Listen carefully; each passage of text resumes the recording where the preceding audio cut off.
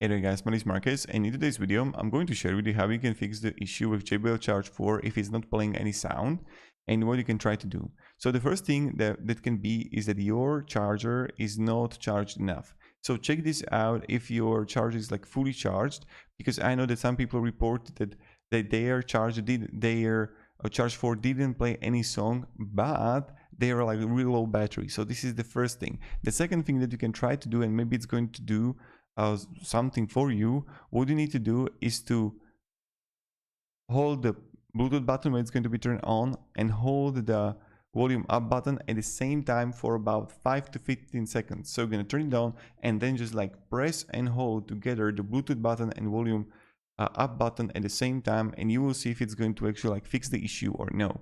So let me down below in the comments if this extra tip helped you, and I wish I do. And thank you very much for watching, and have a great day, and goodbye.